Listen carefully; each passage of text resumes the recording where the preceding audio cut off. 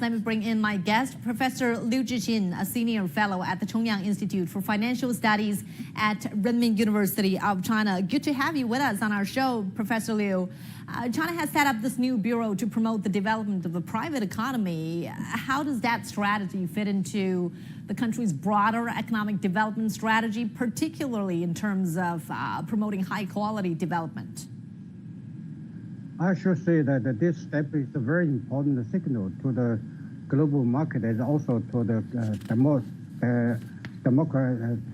domestic market.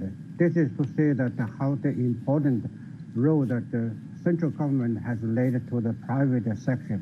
As we know that the private sectors in China or private economy played a key role in the developing our economy, especially after the opening up and the reform. So from the 2005 or 2010, this we have already tried to issue some regulations. It's that famous 36 regulation for private economy to promote the economic development for the private entrepreneurs. Now 13 years later, that the Bureau specialized to govern, to monitor, and to help this private industry, private entrepreneur has been set up. This is a very important signal. Really, it's quite important. As we know that it's not too early, it's not too late, but it's still in the right time.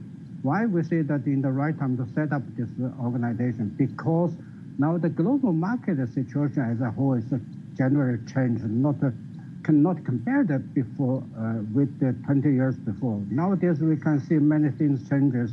Decoupling from Western countries and the technical ban and aggression on Chinese private companies has made it more difficult for the private entrepreneurs to spread or to further develop or to have close cooperation with the international companies.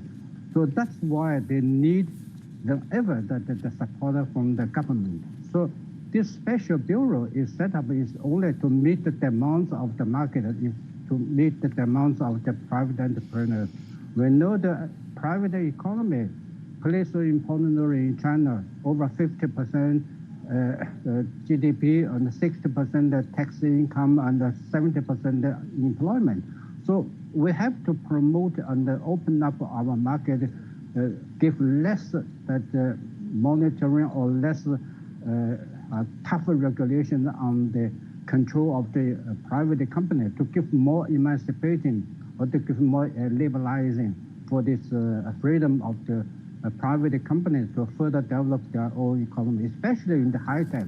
Nowadays we can see that the private company has made a great progress in the 5G technology. That shows that the dynamics and how the strong innovation point of the private companies. So we see that if we want to further develop our high quality development, to further develop our China's modernization, we should never forget that private companies to play their role. So we have to support them.